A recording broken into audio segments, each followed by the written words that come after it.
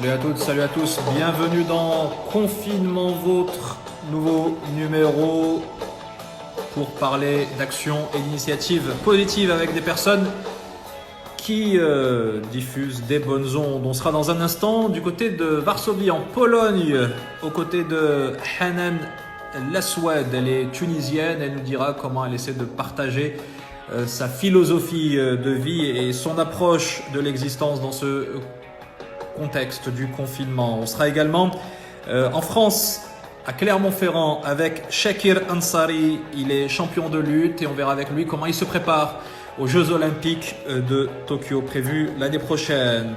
On ira à la rencontre du côté de Kenitra de Nouheila Oumeima. Elle a 21 ans, elle est étudiante à l'ENCG et elle vient de lancer un hashtag pour encourager tous les jeunes Marocains porteurs de projets et entrepreneurs dans l'âme.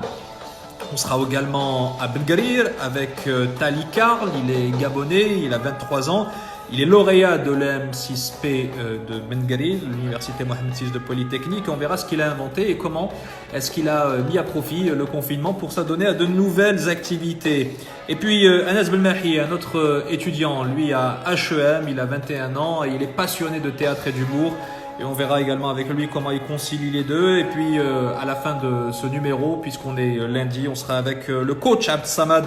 Et il nous parlera de gestion du temps et des priorités, tout un programme. Allez, tout de suite, direction la Pologne.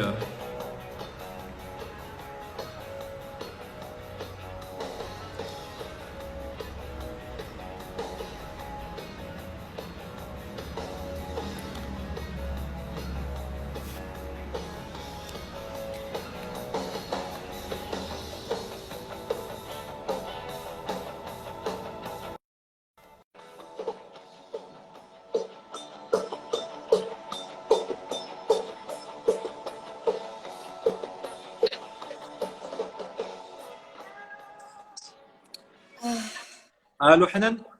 Salut, salut. Alors, je t'entends, mais je ne te vois pas.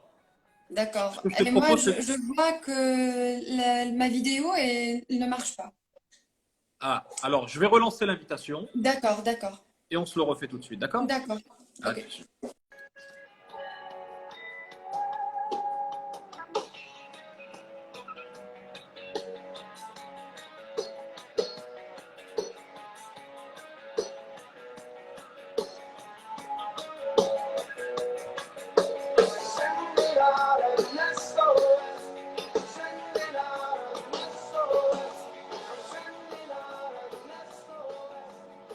C'est toujours le même souci en fait. Ah, bon. Parce que ici, je vois que ma vidéo, elle est juste frozen. Alors, Je ne sais pas. est-ce que ta caméra fonctionne? Oui, oui. D'accord. Bon, eh ben, je sais pas quoi te dire. C'est vraiment dommage. La connexion est bonne?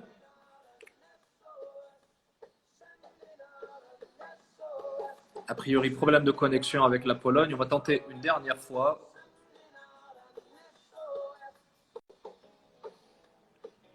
Sinon, on ira du côté de Clermont-Ferrand. Et pour répondre à Jamel Oualem, salut Jamel. Non, non, j'ai pas coupé les cheveux. Je me débrouille un peu tout seul, un peu comme tout le monde. Mais toi, t'as pas ce problème-là parce que toi, tu rases tout. En fait, Alors, c'est la première fois que j'ai ce souci parce que je ouais. vois ça ne marche pas. La vidéo, elle ne marche pas. Oh, Bon, eh ben écoute, je ne sais pas. euh, D'accord. ce qu'on va faire, c'est qu'on va prendre les autres invités. Je ne sais pas d'ailleurs si les gens qui sont avec nous t'entendent. Et on retente le coup un petit peu plus tard, d'accord? D'accord, il n'y a pas de souci. Ok. À tout à l'heure, salut. Ok. Alors, on va aller du côté de Clermont-Ferrand avec un champion.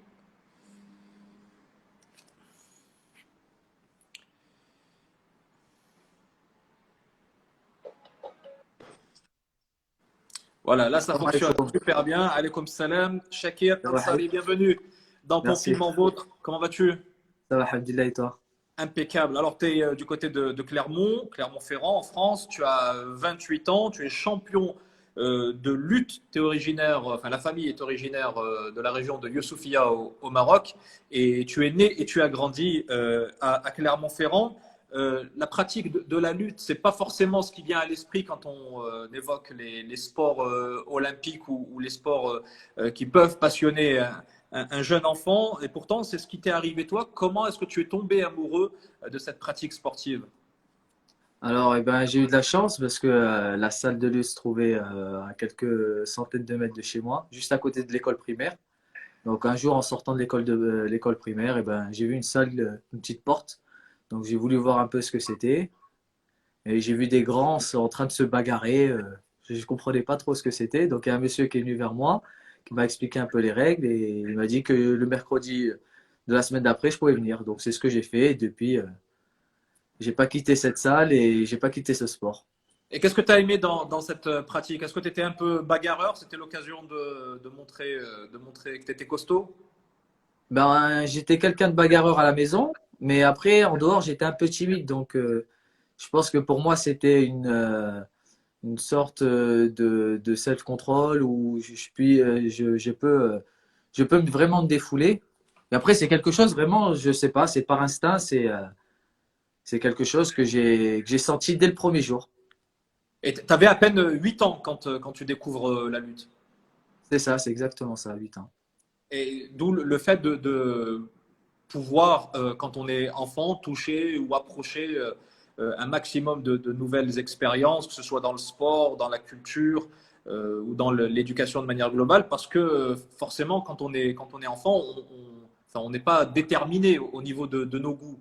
Si on t'avait dit de faire de la lutte sans que tu le découvres, ça n'aurait pas forcément été une chose vers laquelle tu te serais dirigé. Ah bah oui, je pense. Après, j'ai testé pas mal de sports, mais après, c'est vraiment dans le cadre de l'école. Donc, j'avais fait du rugby, du foot, du basket, enfin, les sports classiques, quoi.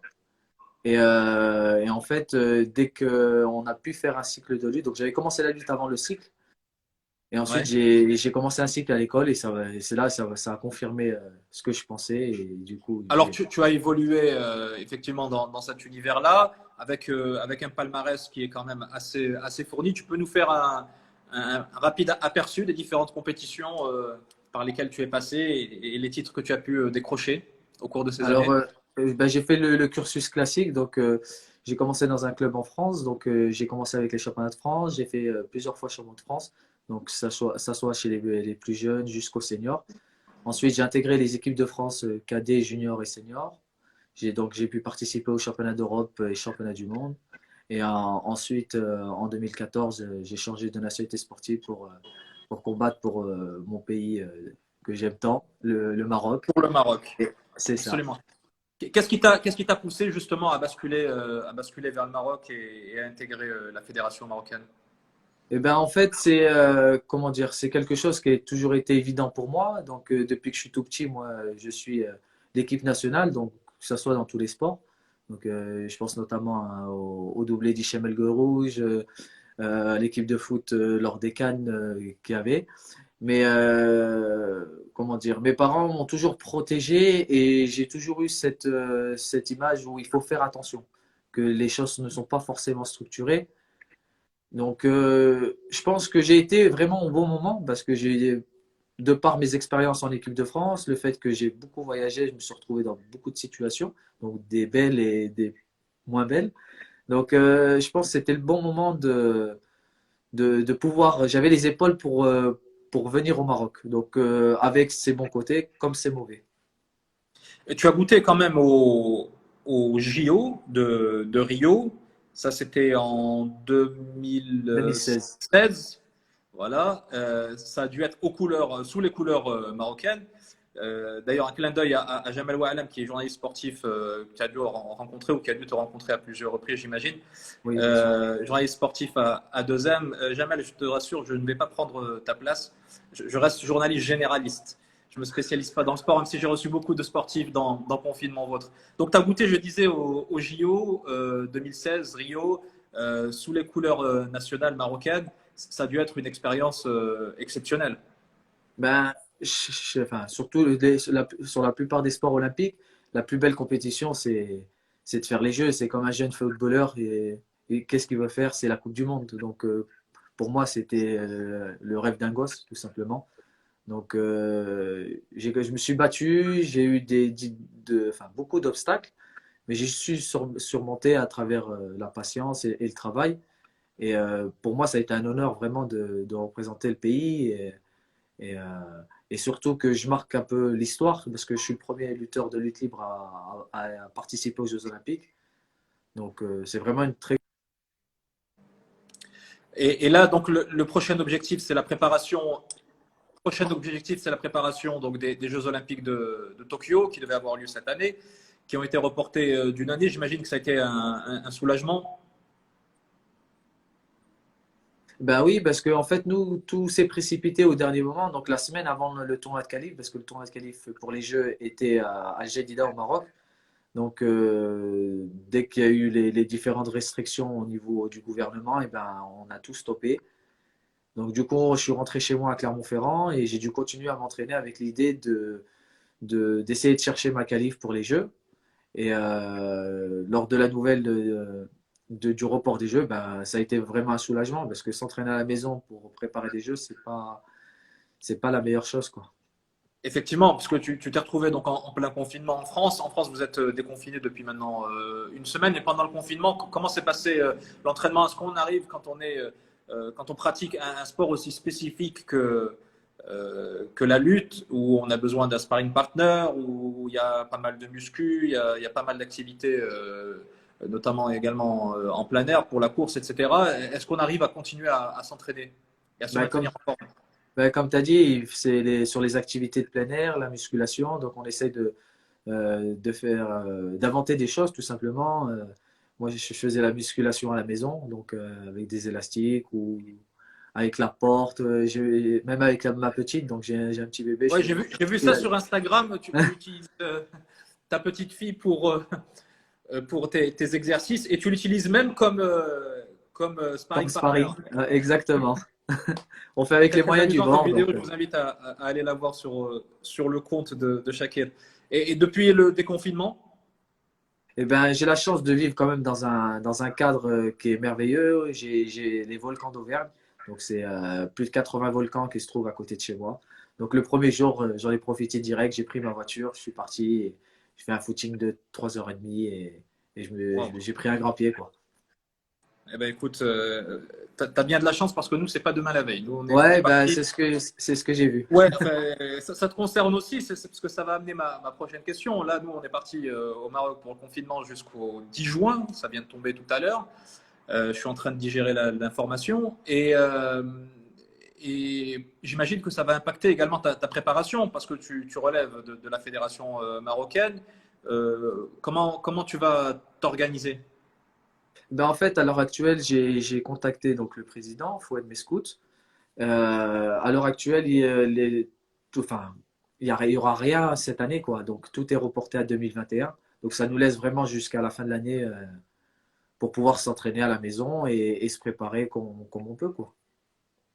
Donc Et déjà sur il ça, y a des stages de prévus malgré tout, même si c'est pas au Maroc, peut-être à l'étranger. eh ben, les stages à l'étranger, ça sera bien après, une fois que déjà je puisse moi voyager, parce que ça peut être des stages collectifs comme des stages individuels. Donc collectif, je pense que ça va être difficile avec les conditions que le monde Ouais. connaît actuellement. Mais si je peux partir à l'étranger, mais ça ne sera pas réellement une priorité, quoi. Avec ce qui se Hmm. passe en ce moment, il faut mieux rester à la maison. J'ai la chance d'avoir un grand club, d'avoir des partenaires, donc je préfère, dans un premier temps, rester ici, quoi. Bon. Et comment on se prépare quand on est lutteur professionnel? Parce que ça reste malgré tout, que ce soit d'ailleurs en France ou au Maroc, un sport qui n'est pas vraiment démocratisé. Il n'y a pas énormément de licenciés ou de jeunes qui pratiquent ce sport pour des raisons d'infrastructure ou pour des raisons de méconnaissance. J'imagine que tu dois aller chercher des adversaires ailleurs que dans ces deux pays où tu évolues. Ah, bien sûr, ben, comment dire? Donc là, je suis arrivé à un moment, à un stade où mes structures d'entraînement, enfin, me satisfont plus. Donc du coup, je suis obligé d'aller à l'étranger. voir les meilleurs pays du monde pour pouvoir m'entraîner avec les meilleurs, des médaillés européens, des médaillés mondiaux ou olympiques. Donc il y a des pays comme Et quel pays, par Cuba, exemple? ben, il y a Cuba, il y a les États-Unis, il y a tous les pays de l'Est, d'Europe de l'Est, il y a le Japon et tous les pays d'Asie centrale, donc l'Iran, l'Ouzbékistan, Kazakhstan. Donc ça, c'est des pays vraiment de lutte. Donc avec la fédération marocaine, on a eu la chance de faire plusieurs stages. Et, euh, et puis voilà, ça s'est toujours bien passé. Et en espérant que tout se passera bien sur la saison qui arrive. Tes ambitions pour Tokyo? Eh ben, chercher déjà dans un premier temps la qualif parce que, il n'y a que 16 places, donc encore moins que Rio. À Rio, il y en avait 18, là il y en a 16. Donc déjà Ouais. chercher ma place sur Tokyo. Et ensuite, l'objectif, bien sûr, ce sera d'aller chercher une médaille. Et essayer de chercher la première médaille marocaine en lutte. Donc ça, c'est l'objectif ultime et on va se donner au max pour aller chercher cette médaille. En tout cas, c'est tout le mal qu'on te souhaite. Est-ce qu'on arrive à rester motivé, à garder cet objectif en tête, malgré le contexte dans lequel on évolue et le fait que tout ça a été reporté d'une année, donc c'est une année de plus de concentration, d'entraînement. Comment on fait pour ne pas se disperser et se démobiliser? Et ben en fait, j'étais en pleine préparation, donc comme je vous disais, jusqu'au moment où le tournoi de qualif a été annulé. Donc je suis resté vraiment sur cette optique. Donc je suis rentré chez moi, j'ai profité de la famille, tout en continuant à m'entraîner. Et les Jeux, c'est tous les 4 ans, donc on est censé avoir 4 ans de préparation. Là, on a la chance d'avoir 5 ans de préparation, donc il faut en profiter, tout Donc, simplement. tu le prends comme un élément positif. Ah oui, exactement, tout à fait. Et est-ce que tu t'investis également pour faire connaître un peu plus la lutte, ton sport, que ce soit d'ailleurs au Maroc ou en France? Alors, en France, c'est un peu mon boulot. Donc, je suis animateur sportif au club. Donc, le Ouais. club mise aussi sur moi en France. Donc, du coup, eh ben, je bosse. Ce matin, je me suis occupé des petits jeunes. Donc, tu es coach, Euh, tu es entraîneur en ouais, je suis parallèle entraîneur des petits jeunes. de ton Voilà, activité c'est exactement professionnelle. ça. J'essaye vraiment de donner l'expérience que j'ai pu avoir tout au long de toutes ces années. Et au Maroc, pour l'instant, je suis juste athlète. Donc, j'essaye de donner l'exemple en essayant d'être le leader du groupe en lutte libre. Et puis voilà, j'essaye vraiment de faire parler de la lutte pour que les gens puissent connaître ce sport, parce que je sais que le Maroc, c'est un pays qui aime vachement les sports de combat, après le foot, mais il y a beaucoup de jeunes qui aiment la bagarre, comme j'aime bien le Ouais, dire. ouais, on fait du taekwondo, on fait aussi un peu de judo ici. Karaté, judo, donc Absolument. c'est exactement ça. Et je trouve ça dommage que le plus ancien sport, donc la lutte, c'est vraiment la nature humaine. C'est vraiment, comment dire, c'est le contrôle de soi. Donc, du coup, j'aimerais bien que les gens apprennent à connaître ce sport qui a des valeurs vraiment fondamentales. Aujourd'hui, on vit dans une société où on oublie peut-être un peu ça. Donc, c'est vraiment apprendre des vraies valeurs et de lutter. Voilà, on lutte toute sa vie, donc dans différents domaines. Et c'est à travers ce sport qu'on apprend toutes ces valeurs. C'est la lutte gréco-romaine, si on donne le. Alors, non, moi, c'est la Non, lutte libre. enfin, toi, c'est la lutte libre. D'accord. Oui. Et Alors, la la lutte différence, gréco-romaine, elle est. ouais. La lutte libre, en fait, on attaque toutes les parties du corps, hein, Ouais. alors que la lutte gréco-romaine, les attaques se font essentiellement au-dessus de la taille. Au-dessus de la taille. Ben voilà, on le saura dorénavant. Merci beaucoup, Shakir Ansari, Eh champion ben, de merci à lutte toi. libre, d'avoir été avec nous dans Confinement Vôtre. Bon courage pour l'entraînement. Profite du grand air des volcans d'Auvergne et à très vite sur un podium du Ben, côté de eh ben, Tokyo merci dans un beaucoup. point d'annonce. Eh ben, merci beaucoup. Je Dans un voudrais peu plus juste d'un an. rajouter un petit truc, si ça ne te Je dérange t'en pas. prie. Eh ben, c'est un gros soutien à mes compatriotes marocains justement, qui viennent d'apprendre la nouvelle de ces 3 semaines de confinement. J'aimerais bien aussi faire un gros big up aussi à tout le personnel soignant. Et comme on dit chez nous, Dima al-Maghrib. Et Imam, bon fin de Ramadan à tous. merci beaucoup. À toi aussi, Shakir. Merci beaucoup et bon Merci. courage, bonne continuation. Ben, bon courage à toi aussi. Salut, bye bye. Ah, bye. Allez, on poursuit. On va aller rencontrer Nouhaila Oumeima.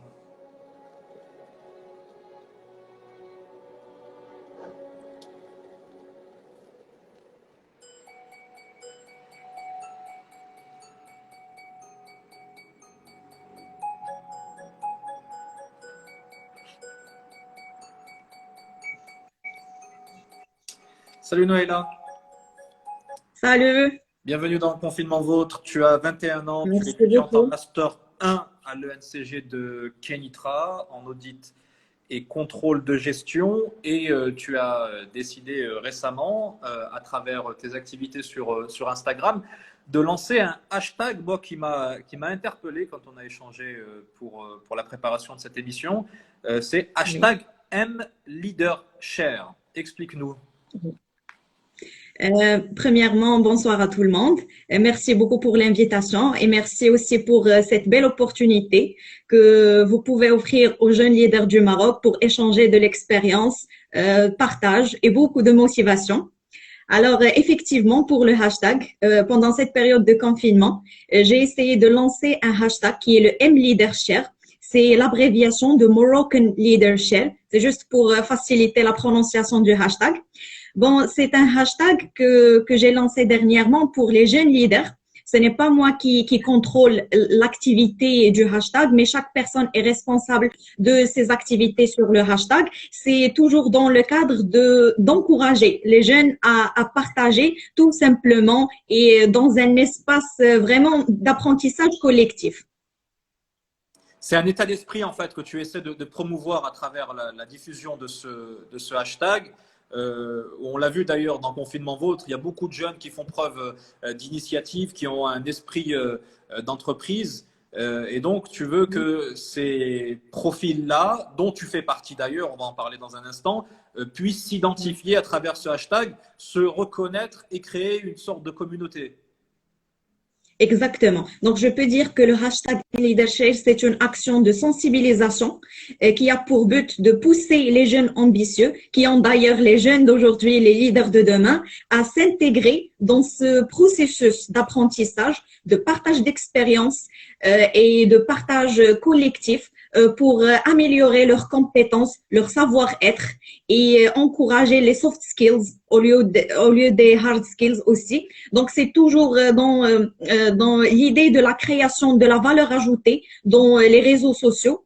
Et aussi, il y a un but très important qui est la création d'un réseau personnel. C'est le networking. C'est que beaucoup de jeunes participent et partagent vraiment plein de choses, plein de motivations, plein de bonnes pratiques, mais on se connaisse pas. Donc l'idée c'est qu'on a un réseau personnel pour s'aider. En fait, c'est de l'aide mutuelle. De l'aide mutuelle et tu insistes effectivement, et d'ailleurs c'est dans le hashtag, sur la notion essentielle de partage. Donc ça rejoint à la fois le désir de partager ses compétences et ses connaissances avec les autres et également le besoin d'être plus fort en étant plus nombreux. Exactement. Parce que déjà, je pense que toute la conjoncture économique et la conjoncture sociale de notre pays, bien sûr, nous encourage pour les hard skills. Tout ce qui a une relation avec les concepts techniques, le diplôme, etc., avoir une bonne note, le seuil, une bonne école, etc. Mais on oublie un aspect très important qui est les soft skills. Et d'ailleurs, c'est ces soft skills qui nous aident énormément à passer beaucoup de stages, à passer des entretiens d'embauche et d'acquérir un poste par la suite. Donc déjà, le hashtag vraiment insiste sur cette notion de partage pour pousser les jeunes à avoir cet aspect de soft skills. Et le hashtag, il est diffusable sur Instagram ou sur tous les réseaux sociaux? Parce que comment on se retrouve en tapant hashtag MLeaderShare, on devrait retrouver du contenu qui a été produit par des jeunes qui ont ce profil dont on parle depuis tout à l'heure et donc pouvoir entrer en contact avec eux. Où est-ce qu'on trouve ce hashtag? Le hashtag, il est basé principalement sur la plateforme Instagram. principalement, mais il est aussi présent dans le Facebook, mais pas dans le même flux d'Instagram. Et donc déjà le hashtag, il est bien sûr ouvert à tout le monde. Chaque personne peut participer, peut entrer en contact avec les personnes concernées. Il y a beaucoup de partages sur des livres. Aussi l'esprit critique à propos des livres, que ce soit livres de sciences, littérature, les livres de spécialité. Aussi, il y a des vidéos de la motivation, beaucoup de partages, chaque étudiant dans son domaine. Il faut juste mentionner le hashtag dans votre publication sur Instagram et aussi sur Facebook. Et voilà, donc on va créer de cette manière un réseau. Et aussi déjà, le hashtag, pourquoi il transmet cette idée de partage parce que des personnes, par exemple, je parle d'une expérience personnelle, je suis dans le domaine du commerce et de gestion. Bien sûr, pour la spécialité audit et contrôle gestion, je savais pas les gens qui ont déjà fait cette filière. Et donc, ils ont beaucoup m'aidé pour trouver des livres, pour faire des recherches, aussi un partage des drives, des cours aussi en PDF. Et j'essaie de faire la même chose avec les étudiants de première, deuxième année et troisième année. Et donc, on rentre dans ce fameux cercle vertueux que l'on défend et que l'on promeut dans Confinement Vôtre. Il y a un élément que tu disais qui est important et sur lequel je veux insister également à tes côtés.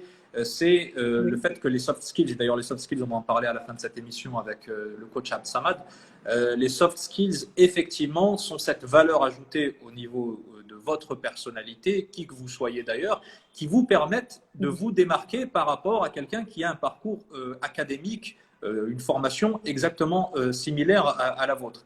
Et le but, effectivement, et tu le dis très justement, quand on est face à un recruteur potentiel ou quand on est face à un investisseur ou face à quelqu'un face à qui on doit faire ses preuves, la différence, elle va se jouer là-dessus, sur tout ce qu'on a pu acquérir en dehors de l'école ou de la formation stricto sensu. Exactement. C'est ça. Parce qu'on peut tous avoir le même. Oui. C'est ce que tu veux promouvoir. Je n'ai pas dénaturé ton message. Oui, exactement. Parce que en fait, on peut avoir tous le même diplôme, que ce soit de l'ENCG, de médecine, des autres diplômes, mais ce qui fait cette différence, c'est les soft skills, c'est le public speaking, c'est l'habitude pour débattre sur un sujet, n'importe quel sujet. Donc, effectivement, c'est les soft skills qui font la différence. Et toi-même, donc tu es dans cette approche bien sûr de partage à travers le lancement d'abord de ce hashtag, mais aussi à travers le contenu que tu diffuses sur ton compte Instagram. Tu fais des vidéos autour d'une matière qui te passionne particulièrement. Exactement. Donc, toujours dans le cadre du hashtag MLeadershare, je partage du contenu à travers mon compte Instagram. Ce concept, d'ailleurs, c'est pas l'idée donc juste de partager, mais de connecter mon domaine d'études avec ma passion. Donc le business avec le développement personnel ou les soft skills. D'ailleurs, on a parlé de l'importance de soft skills dans la société et dans les entretiens, etc. Mais il faut pas oublier l'importance du business mindset.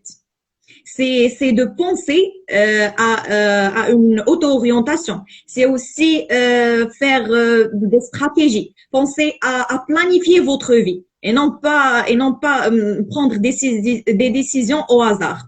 Donc, c'est l'idée que je partage à travers mes vidéos Instagram. J'essaie d'expliquer des concepts fondamentaux du domaine de gestion, domaine de business. Aussi, au départ, c'était des sujets light, c'était à propos du time management, à propos de l'analyse, etc. Mais maintenant, j'essaye de partager vraiment des stratégies opérationnelles et qui peuvent vraiment pousser les jeunes à penser correctement à une planification stratégique de leur choix et aussi à la prise de décision. Et plus on planifie et plus on crée d'étapes, mieux on sait où est-ce qu'on va et de manière beaucoup plus… Nouhaila Oumeima, donc Nouhaila c'est ton Oumeima, c'est ton nom de famille, d'avoir partagé avec nous ce hashtag MLeadershare et bonne continuation et bon courage. Les examens, comment ça se passe? Là, on est confiné jusqu'au 10 juin au moins. les cours, les examens? Vous avez Pour nous, des retours à l'ENCG? non, il n'y a pas de retour aux études, mais je pense qu'il y aura des finaux dans le mi-juillet pour les écoles à accès limité et pour les facultés, c'est en septembre.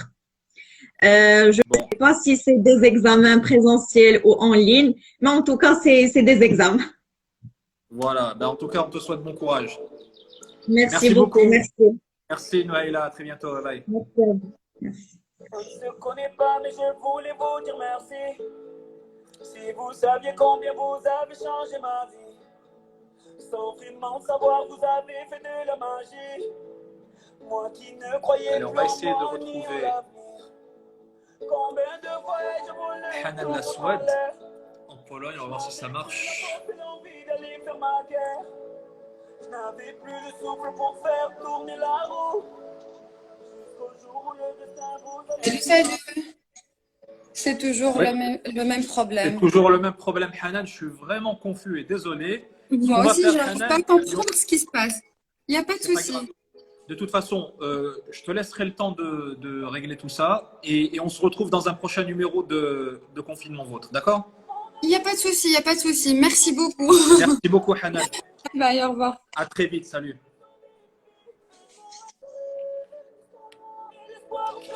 Allez, on poursuit avec Tali.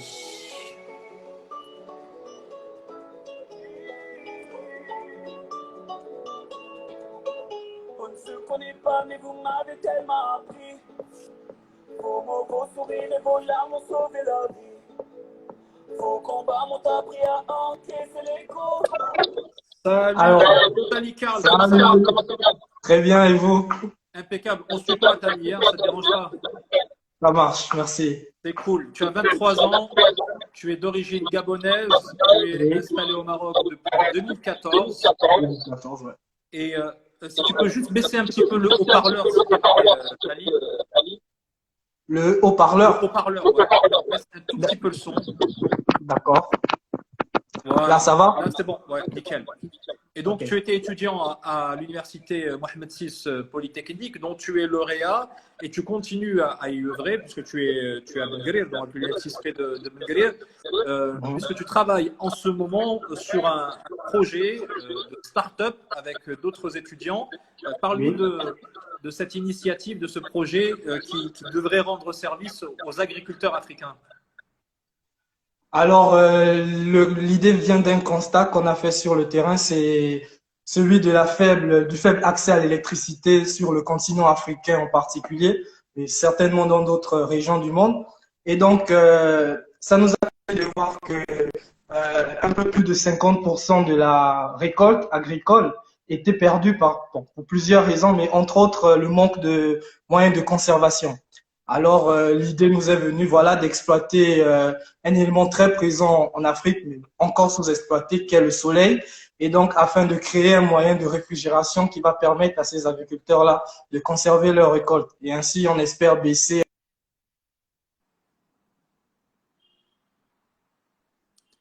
Alors, ça coupe un peu à cause de la connexion.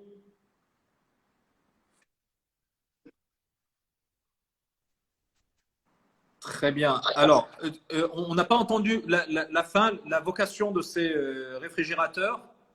Ça sera de… Voilà, l'idée, c'est de baisser ainsi, enfin, de baisser de façon considérable, on l'espère, le taux de perte post-récolte. Parce que jusqu'à aujourd'hui, les agriculteurs, une fois qu'ils ont récolté, bon, on a fait des constats, des recherches, on est même allé sur le terrain. Le constat qu'on a fait, c'est que beaucoup n'avaient pas de moyens de conserver leur récolte. Et donc, nous, comme ça, on va leur offrir, on espère, un moyen de baisser leurs Et donc, pertes. ce projet, tu le mènes au sein de l'UM6P, c'est-à-dire que la start-up est incubée au sein de l'université. Comment Voilà, est-ce que vous arrivez à travailler là-dessus? Voilà, c'est un programme, enfin, on fait partie d'un programme d'amorçage qu'a lancé l'université.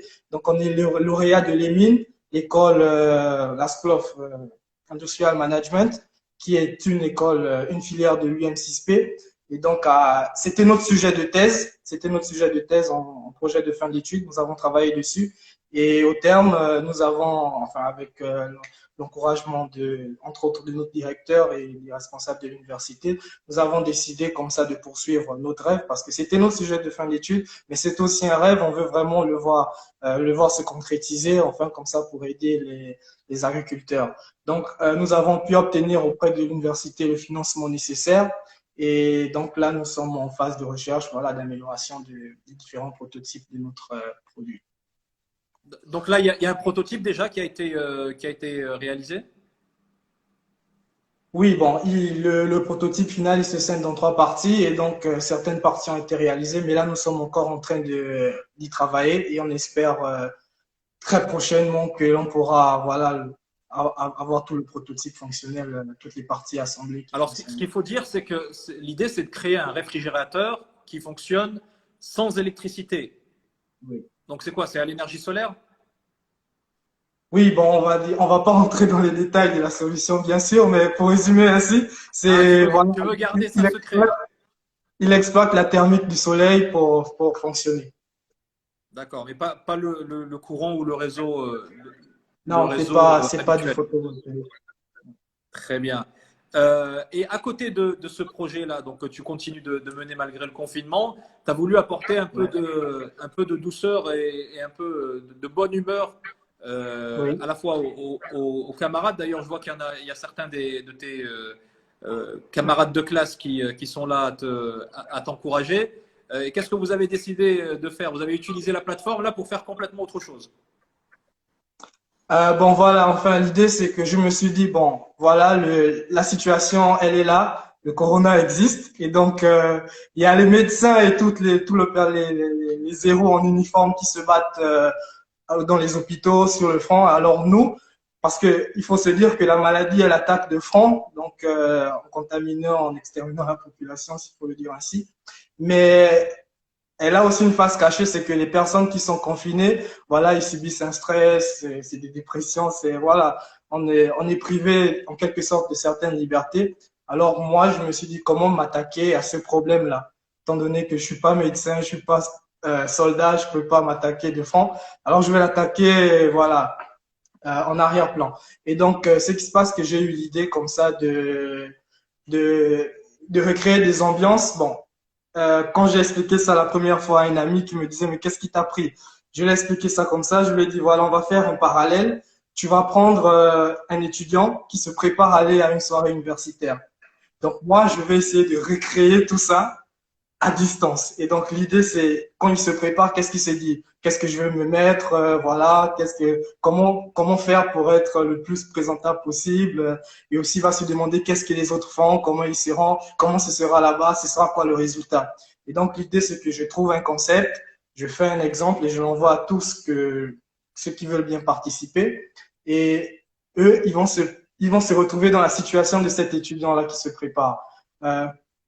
Comment je vais faire pour participer, enfin, quelle image je vais transmettre, qu'est-ce que je vais faire, quelle est l'idée originale que je vais mettre en œuvre pour être voilà, le plus excellent possible.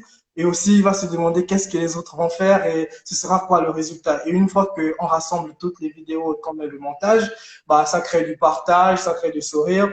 Et aussi, ça en inspire d'autres parce que après ça, il y a d'autres qui le font. Ça crée une sorte d'effet domino. Et donc, voilà, comme ça, un concept va se répandre et va un peu créer un sentiment d'appartenance à un tout qui va un peu nous faire, voilà, oublier tous les soucis que peuvent créer Oublier un le petit peu la confinement. situation effectivement dans laquelle Voilà. on vit. Tu impliques tes camarades de classe, anciens camarades de classe, de promo, etc. Et tu diffuses tout ça sur ton compte Instagram. Est-ce que Oui. tu suis également la situation dans ton pays d'origine, au Gabon, sur le continent? J'imagine que tu dois avoir une sensibilité particulière par rapport à ce qui se passe sur toute l'Afrique. Oui, effectivement. Donc, voilà, en particulier, comme vous l'avez dit, parce que bien sûr, j'y ai de la famille, j'ai énormément de la famille.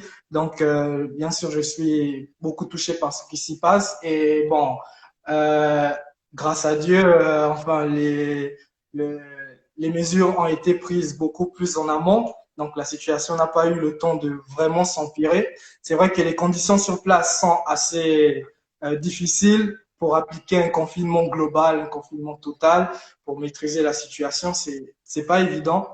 Mais étant donné qu'on a réagi beaucoup plus en amont, donc ça a permis en fait, voilà, de limiter grandement les dégâts. Aujourd'hui, on n'a pas dépassé, dans les derniers chiffres, n'ont pas dépassé la barre des 200 cas et on a connu pas plus d'une dizaine de morts jusqu'à l'heure actuelle. Et voilà, donc on a quelques cas qui commencent déjà, qui sont en phase de rémission. Et donc voilà,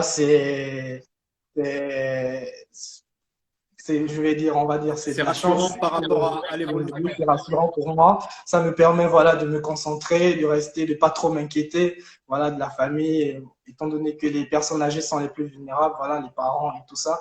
Donc, tout ça, ça me permet de rester focalisé. C'est un espoir, en fait.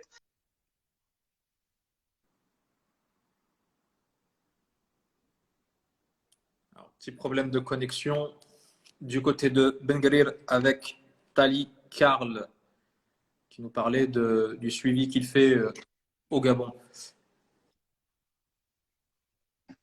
Alors, Tali, dernière question. Tu prends comment le fait que tu sois confiné jusqu'au 10 juin?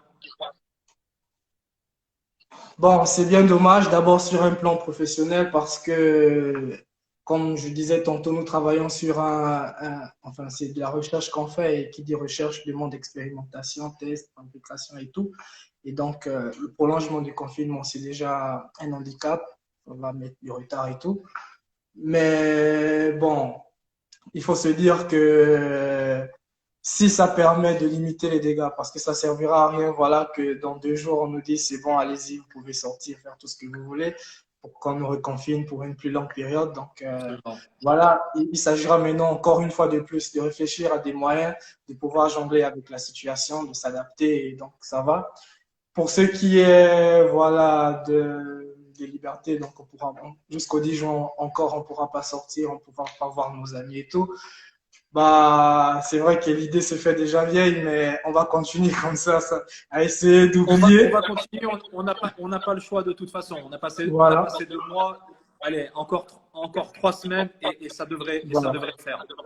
Voilà.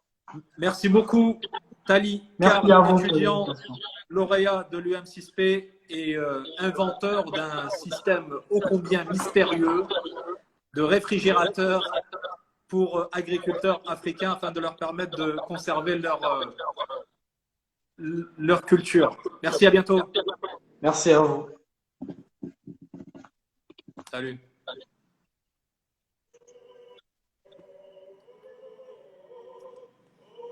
Allez, on va aller voir un autre étudiant, lui qui est passionné de théâtre.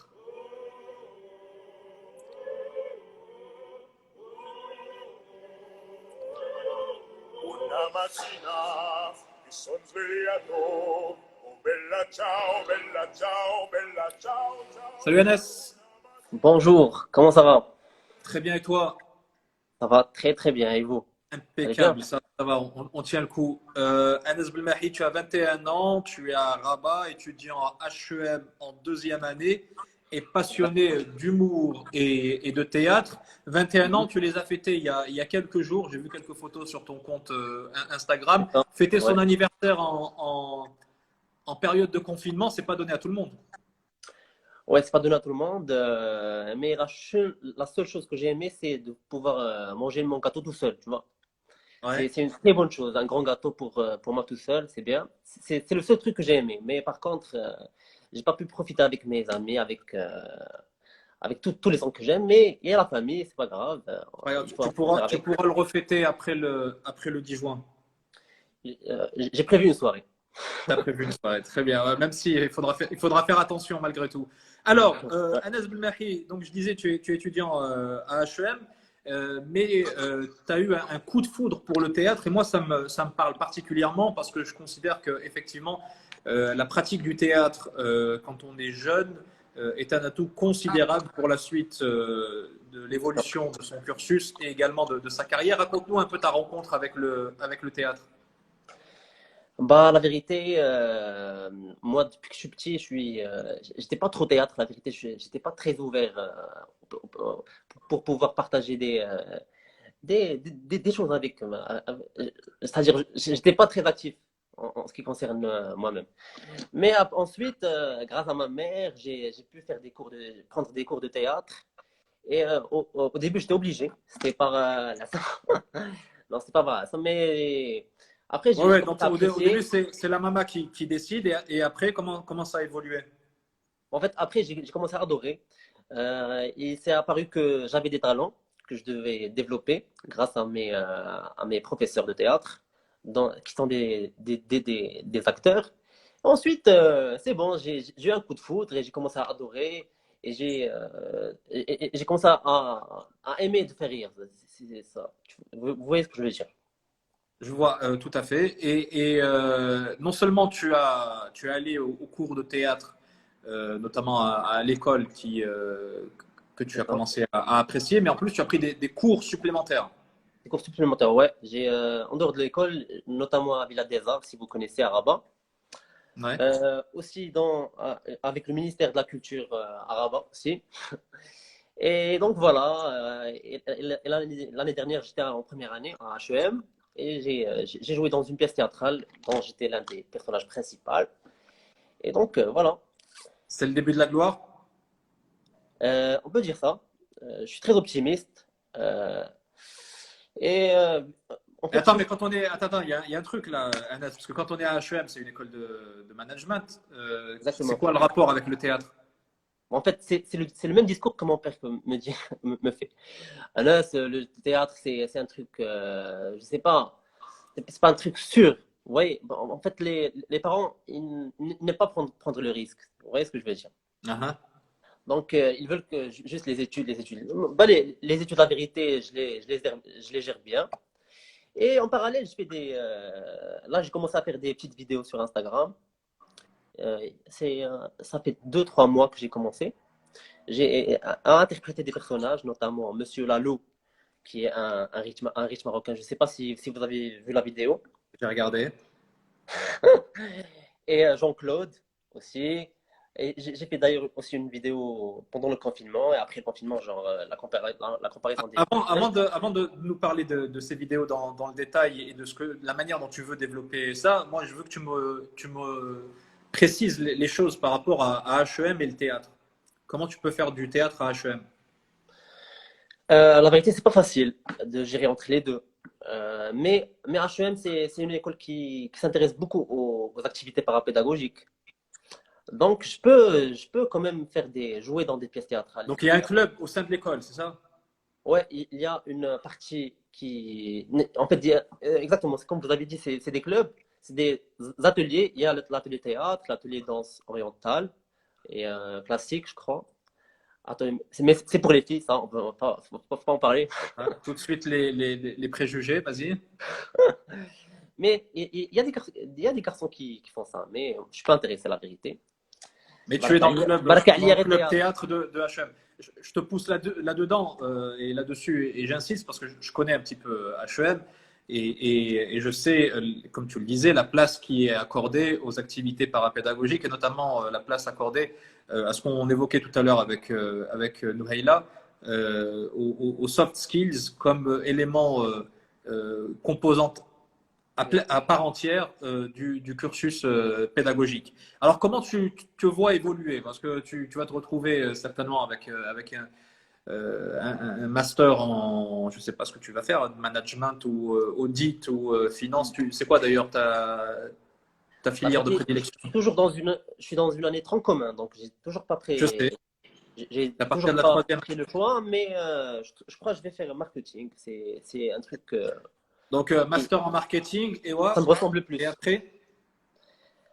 Non, en fait, je compte d'ailleurs faire un échange. Ça c'est l'année prochaine, sauf que ce sera un peu difficile vu les circonstances actuelles.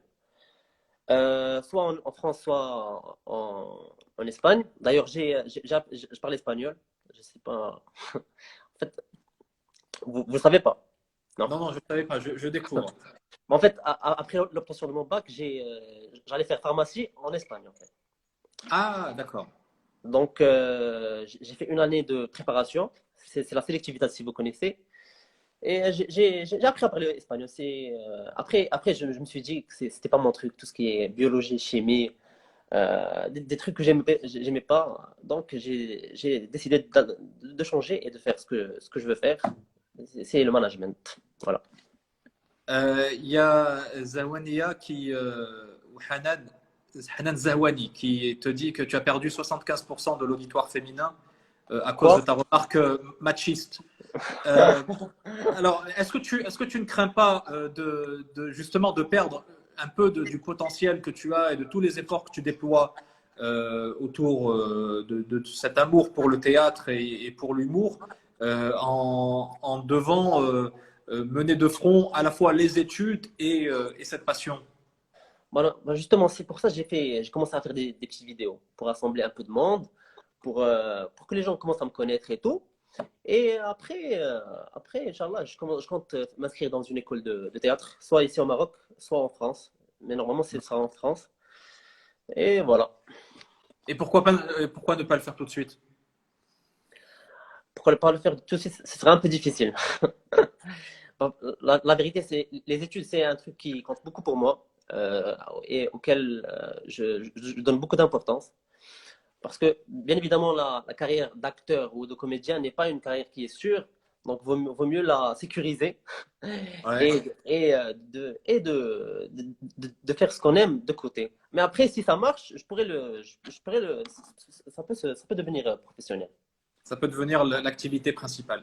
Eh ben, Exactement. écoute, c'est tout le mal qu'on te souhaite. Merci. Continue à partager avec nous tes vidéos. Merci On te beaucoup. suivra sur ton compte. Ça Donc, marche. le compte, c'est Belmahi NS. C'est ça. Voilà, c'est le nom et le prénom. Et je te souhaite plein de succès, beaucoup de D'ailleurs, réussite, soit à d'ailleurs, HEM ou dans pardon? la comédie. Je t'écoute. Pardon? Je voulais dire comme quoi, pendant le confinement, j'ai découvert pas mal de talents, la vérité. Dans la pâtisserie, hier, j'ai fait des pancakes, vous imaginez? Ah, magnifique. Et Ouais, ils mais étaient t'es pas pas, mal. t'es pas très partageur, NS, parce que si tu arrives à te manger un gâteau d'anniversaire à toi tout seul, je veux dire, les pancakes, on pourra pas compter dessus. Si, Ou après le là, je confinement, viens à Rabat et tu avec le prépares des confinement, c'est avec pancakes. grand plaisir. Après le confinement, c'est avec grand plaisir.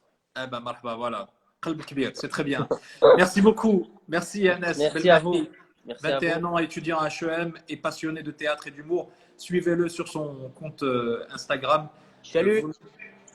Vous nous en donnerez des nouvelles. Voilà. Prends soin de toi et à très vite. Allez, parti direct. Allez, on va aller continuer à parler de soft skills avec coach Abd Samad. Il n'y avait pas d'image, il n'y avait pas de couleur, il n'y avait pas d'histoire. Coach Abd Samad. Salut, ça Comment va, ça cher va? ami? Salut. Alhamdulillah, super, et vous? Ouais, je تقول لي à vous, ça. On se dit toujours tu sais تقول لي à vous. باقي ما Parce que t'es à la قدرتش باقي. télévision, c'est pour ça. Peut-être. Bon. Alors, coach Abd Samad Ouchitashan du côté de Tanger, spécialiste notamment des soft skills. Moi, j'ai une première question, Abd Samad. C'était pas prévu, on l'a pas évoqué dans la préparation. Mais comment on fait pour encaisser le fait qu'on doive rester 3 semaines de plus en confinement? Ben, je vous cache pas, moi, je suis très content personnellement parce que alhamdoulilah, j'en profite du confinement. J'en ai beaucoup de projets, des tâches à faire. Donc, pour moi, ces 3 semaines, c'est une opportunité pour pouvoir conclure mes projets à faire. Donc, voilà, pour moi, personnellement, que Abd Samad, c'est une occasion pour moi parce que j'en ai besoin vraiment, j'ai besoin de plus de temps pour pouvoir travailler et accomplir mes projets. Voilà. Eh ben, ça tombe bien puisque tu vas nous parler de la gestion du temps et des priorités oui, c'est ça. dans cette période de Effectivement. confinement.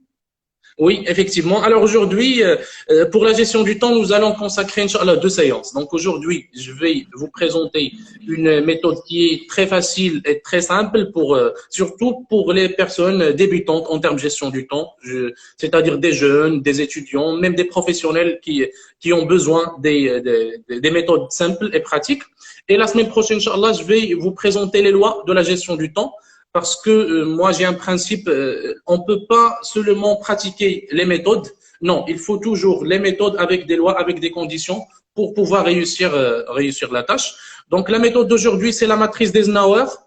Donc la matrice d'Eisenhower, c'est un tableau à double entrée, d'accord, qui va nous permettre d'affecter un certain ordre de priorités au niveau de notre journée, de notre quotidien, ou bien sur le long terme, parce que la grande difficulté qu'on trouve en termes de gestion du temps, c'est par quoi commencer.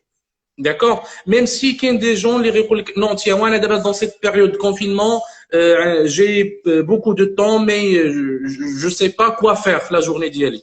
Parce que qu'il y a une loi, appelée la loi de Douglas en termes de gestion du temps, les quatre plus on a de place dans son bureau, le bureau, c'est juste un exemple, d'accord? Plus on a de place dans son bureau, plus on étale ses affaires. C'est-à-dire, en termes de gestion du temps, on va dire des jeunes qui disent quoi, la journée, le confinement, je rencontre le nom.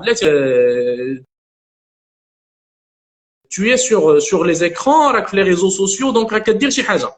Donc, ce sont des tâches que tu gères parce que qui redonnent un effort pour penser, pour gérer, pour faire plein de choses. Donc, selon la loi de Douglas, donc, je suis la journée. Non, c'est dire, le temps je me repose, je fais quelque chose. D'accord? C'est pour cela, de la matrice. Oui, donc l'essentiel, non, déjà, dire des choses la journée d'hier. Donc, la matrice d'Eisenhower, nous avons deux entrées. La première entrée, c'est l'importance, c'est le degré d'importance. La deuxième entrée, c'est l'urgence ou bien le degré de l'urgence. Et je sais pas, est-ce que j'ai un moyen pour... Non, tu es... Vas-y, allez, je rachète le cadre. Voilà, très bien. Là, t'es bien. D'accord. Alors, donc, la matrice, nous avons 4 cases. D'accord? On a C1, C2, C3 et C4 parce que vous avez l'image claire aussi. Vous pouvez je vais essayer de le faire. Non, déjà, je vous ai envoyé l'image. S'il y a la possibilité, c'est le message Instagram. S'il y a possibilité d'afficher l'image, sinon. Malheureusement, là, je vais pas pouvoir la récupérer, mon pote, parce qu'il faut la mettre sur le téléphone.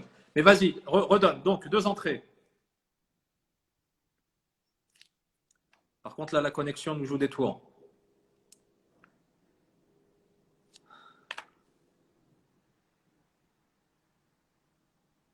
Alors, où est-ce qu'il est parti, Samad?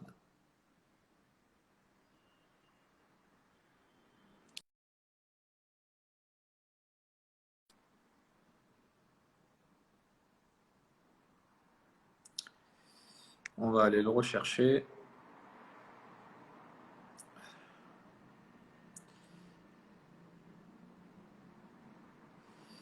Voilà, impossible de se connecter avec lui. Je ne sais pas ce qui s'est passé.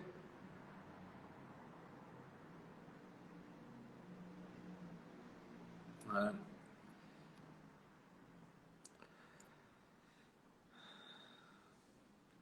Salut Leïla, Randy qui nous a rejoint. Oui, donc, je ne sais pas où est-ce que tu es parti, mais vas-y, donc on reprend 2 entrées. Je vais le faire en live, je vais le faire en direct. C'est pas grave le tableau. D'accord. Donc, nous avons l'importance et l'urgence. Importance. Voilà, on a là sur le PC, j'espère Ibelcom. Est-ce que c'est clair comme ça? Écoute, je crois qu'il est à l'envers, mais vas-y, on va faire avec. Zid, importance et urgence. Alors, nous avons 4 cases. La case C1, les filles important et urgent. Ouais. C2, important mais pas urgent. Ouais. C3, urgent mais pas important. Et C4, non urgent et non important. Très bien. D'accord? Comme ça, on aura 4 cases. Des combinaisons entre important et urgent. Et urgent. D'accord? Alors, la majorité du temps, on se trouve, le quotidien d'Iana, on gère toujours tout ce qui est urgent. Pourquoi? Parce que nous avons une tendance naturelle à faire tout ce qui est urgent. D'accord? Et parfois, à retarder des tâches, l'urgence ou une certaine pression. Du coup, on se trouve toujours la gestion de la crise ou de les problèmes et de l'urgence. D'accord? C'est la première tâche. En principe, les tâches qui sont dans la case hadi ce sont des tâches à faire immédiatement et à ne pas tarder. D'accord? Nous avons la C2. La C2, c'est la case les FIHA important mais pas urgent. C'est la meilleure case. Donc, en termes de gestion du temps, moi, en tant que gestionnaire du temps, je dois essayer de rester dans cette case. Pourquoi? Parce que c'est la case de planification. Parce que là, si je fais les choses importantes, mais ma chef l'urgence. C'est-à-dire, je planifie, je fais des formations, je fais des recherches, je peux bien les faire, pour pouvoir accomplir les tâches d'IALI. Nous avons le C3. C3, c'est la case critique ou c'est la case piège. Pourquoi? Parce que c'est urgent mais pas important. Vu que nous avons une tendance à réagir à l'urgence, qui c'est 1. داكشي اش كتلقى اون بيرسون مشغول بزاف طول الطون وكيقول لك انا ما لقيتش الوقت باش نعمل هذه كنقول له شنو كنتي كدير القاه في واحد لابيل تليفونيك اللي فيها 2 اور ولا لقاه لاعب ماتش اونلاين ولا لقاه سور تشات واحد 2 3 اور ولكن هو راه مشغول il est stressé il se croit بان راه il fait beaucoup de choses mais oui effectivement il fait beaucoup de choses mais des tâches ماشي importantes. Donc, l'astuce ici, c'est qu'il faut essayer de déléguer les tâches qui sont urgentes et non importantes. En termes professionnels de l'entreprise, on parle de la délégation. Il faut déléguer la tâche à un subordonné ou bien, je sais pas, un collaborateur. Mais le personnel ou le quotidien, je dois essayer de déléguer ou bien de supprimer ou bien de tarder des tâches qui sont la C3, la case 3, les FIHA, non importantes mais urgentes. D'accord? La dernière case, c'est le C4. Le C4, c'est la case de non important et non urgent. Ça englobe en général tout ce qui est divertissement, plus tout ce qui est déviation, tout ce qui est mauvaise habitude en général. D'accord? Donc, ce sont les choses à supprimer en général. Malgré le divertissement, tel un certain seuil, d'accord? Ce sont des choses en général à supprimer ou à retarder. Très bien. Deux petites questions. C'était très clair, Abd-Samad. Deux petites questions. Rappelle-nous le nom de cette matrice. C'est la matrice d'Eisenhower. Donc, Eisenhower, donc c'est E-I-S-E-N-H-O-W-E-R. Question de Kalima. Comment gérer, en plus de ça, les imprévus? Comment gérer les imprévus? Ça sera, Inch'Allah, la prochaine séance, les lois de gestion du temps, parce qu'on va parler de la gestion des imprévus, cette loi, Inch'Allah. Inch'Allah. Alors, si lundi, ce n'est pas l'Aïd, on se retrouvera lundi. Si lundi, c'est l'Aïd, on se retrouvera mardi. Ça te va? Mardi, Inch'Allah, avec un grand plaisir. Il y a une dernière question. Merci beaucoup. J'espère que... Pardon, Abd-Samad, fadal. Donc, j'espère que la méthode soit très facile, très pratique pour les gens qui nous suivent ici. Inch'Allah, à chaque fois, on va rajouter une méthode plus une loi. On peut développer cette soft skill qui est la gestion du temps et la gestion des priorités. Aziza qui demande, grosso modo, est-ce que cette technique, elle est valable également dans le télétravail, sachant que quand on est à la maison, c'est un peu plus compliqué. Alors, elle est valable, premièrement, pour gérer le quotidien et pour gérer le long terme. Le quotidien et long terme, on peut intégrer toutes les tâches, que ce soit un télétravail, un travail en présentiel. L'essentiel, c'est qu'on peut gérer la journée d'Yenna et après la journée, on commence par l'hebdomadaire et le mensuel et l'annuel. Donc, il est très valable le télétravail. Effectivement, le but, c'est de programmer et d'y aller au fur et à mesure. Et affecter les priorités.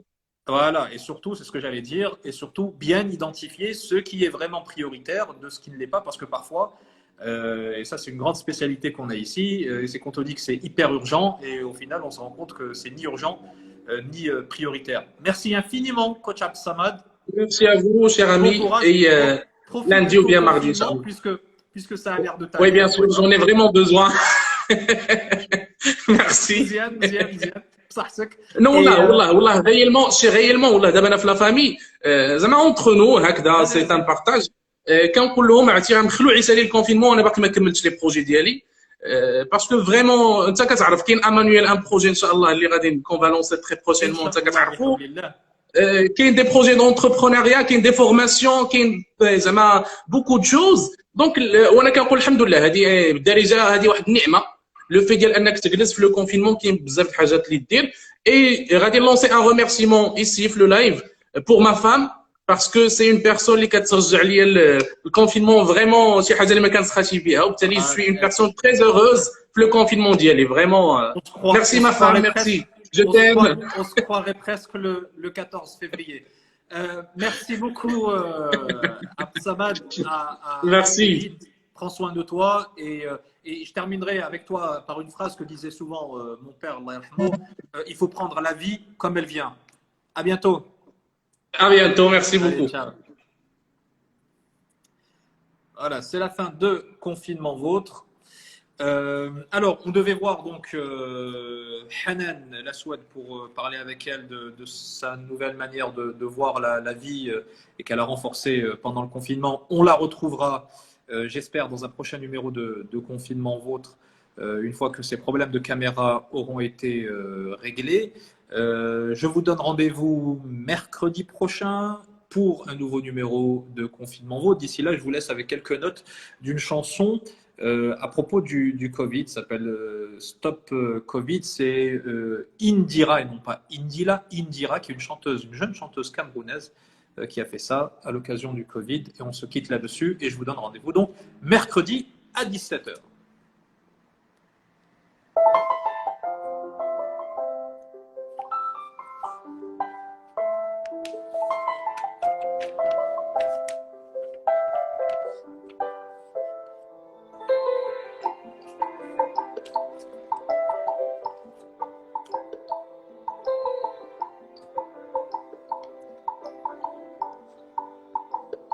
Restez chez vous, enfants, ce n'est pas tuant.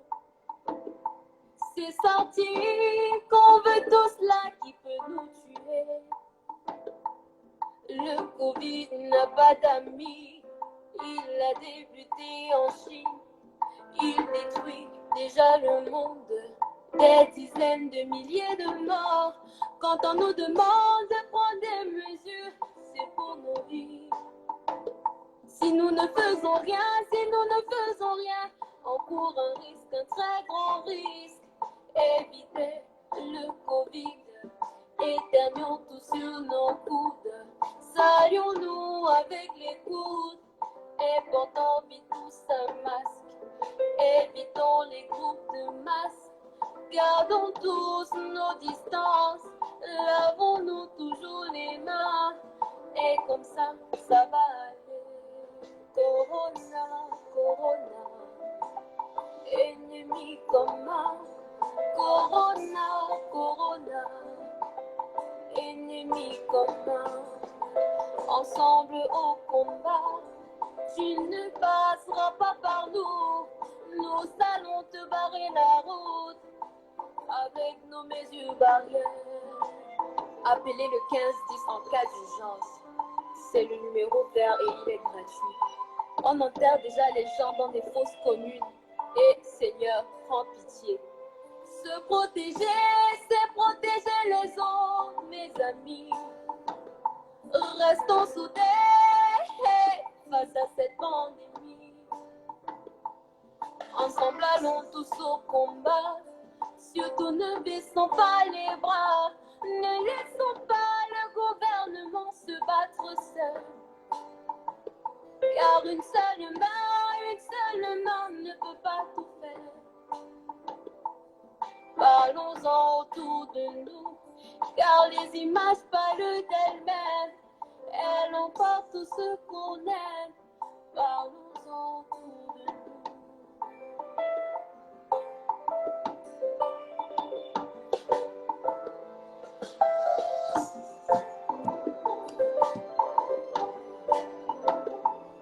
Corona, Corona, ennemi commun. Corona, Corona, ennemi commun. Ensemble au combat, tu ne passeras pas par nous. Nous allons te barrer la route avec nos mesures barrières.